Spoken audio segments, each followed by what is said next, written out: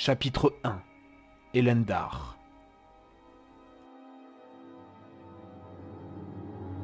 Diplômé de l'antenne du collège des murmures de Vardenfell et spécialiste en magie de conjuration, un elfe noir cherchait à étendre ses connaissances et son savoir sur les invocations. Cependant, il a toujours été fasciné par les interdits et la magie noire. Elendar suivait depuis plusieurs jours un convoi de soldats impériaux orné du blason de la synode, anciennement la guilde des mages. Une nuit, il s'infiltra dans la tour des arcanes de la cité impériale. Un artefact avait été trouvé, puis importé de Morrowind. C'était un vieux grimoire plein de poussière, comportant les runes d'Edric du roi des vers en personne. Manimarco, le plus puissant nécromancien que Nirn ait jamais connu. Elendar avait tout prévu. Il avait endormi les gardes et récupéré au préalable la clé magique permettant d'ouvrir l'étuve dans laquelle dormait l'artefact. Il ouvrit le coffre et toucha le grimoire du bout des doigts.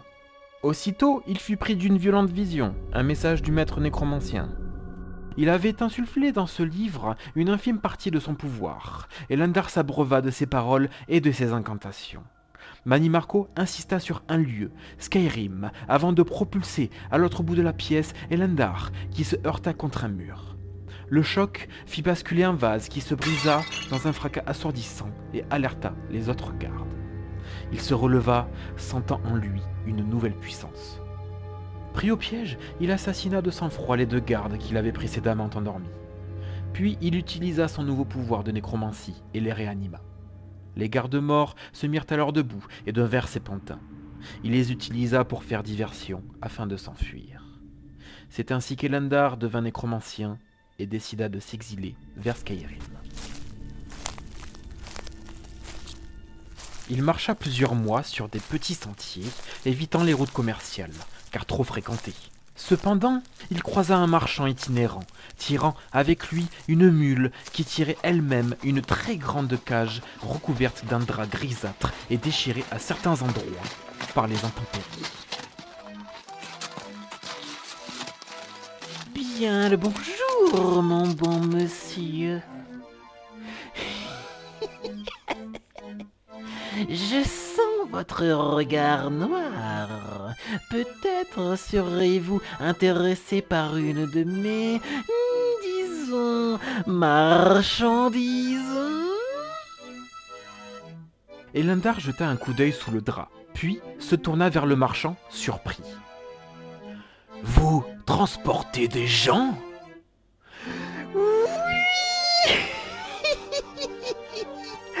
Breton, Impériaux, Cadite, Argonien. Je vois, intéressant. Non, pas de Khajiit. Bien qu'ils soient très agiles, ces félins sont des voleurs. Il fit le tour de la cage et se sentit tout d'un coup interpellé. Attendez, là, cet enfant, avec les cheveux rouges, c'est elle que je veux. L'enfant. Quel enfant ah oui, l'enfant impérial. Veuillez m'excuser, mon bon monsieur, mais celle-ci n'est pas à vendre. Elle est, comment dire, spéciale. Puis, elle n'a que 5 ans. L'enfant était complètement épuisé, la peau sur les os, les joues creuses, les lèvres sèches, le regard vide, comme si son corps était encore en vie, mais que son âme, elle, était déjà partie. « Écoutez-moi, vieux crouton, je veux cet enfant tout de suite, et vous allez me la vendre, à moins que vous vouliez que je vous réduise vous aussi en esclavage dans votre vie, et aussi dans votre mort. » Le marchand comprit très vite qu'il avait affaire à un nécromancien. Il céda l'enfant sous la menace et la peur, moyennant paiement de quelques septimes. Elendar prit l'enfant avec lui. Sur la route, bien que pas du tout chaleureux, il essaya de lui parler en lui demandant son prénom, mais elle restait toujours silencieuse. Quelques jours plus tard, elle s'écroula de fatigue. Voyant son achat au bord de la mort, il lui donna à contre-cœur un peu de nourriture, de l'eau et lui fit un sort de guérison mineure.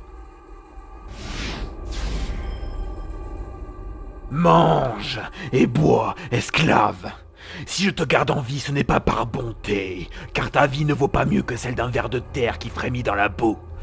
Alors obéis, et peut-être que j'épargnerai ta faim. Elle ne le savait pas encore, mais une force inconnue la poussa à accepter sa proposition. Bien qu'elle soit au bord de la mort, la survie fut le premier choix de sa vie. Ils arrivèrent par la brèche, au sud-est de Bord-de-Ciel, après plusieurs semaines de marche. Ils passèrent par un avant-poste de garde.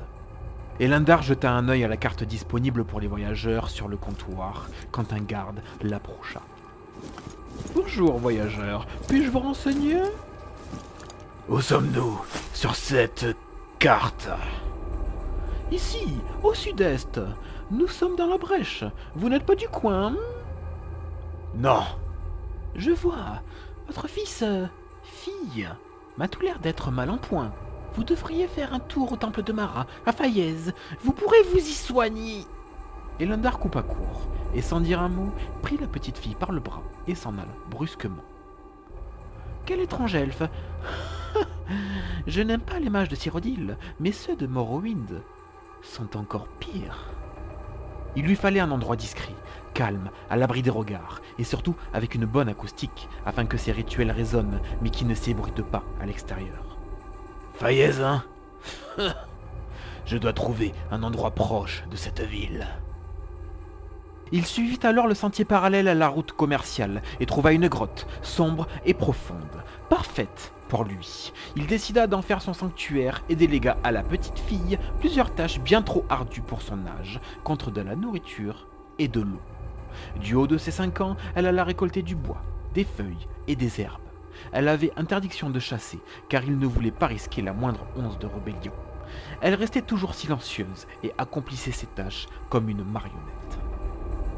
16 ans plus tard, la grotte était devenue un endroit habitable.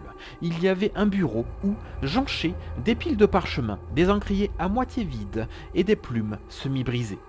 Sur le côté, une table d'alchimie sur laquelle on apercevait un mortier pour écraser les herbes, ainsi qu'un alambic pour les distiller.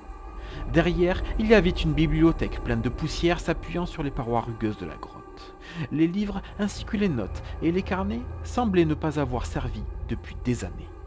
Puis, en contrebas, une marmite contenant un semblant de ragoût, suspendue juste au-dessus d'un feu menaçant de s'éteindre à tout moment.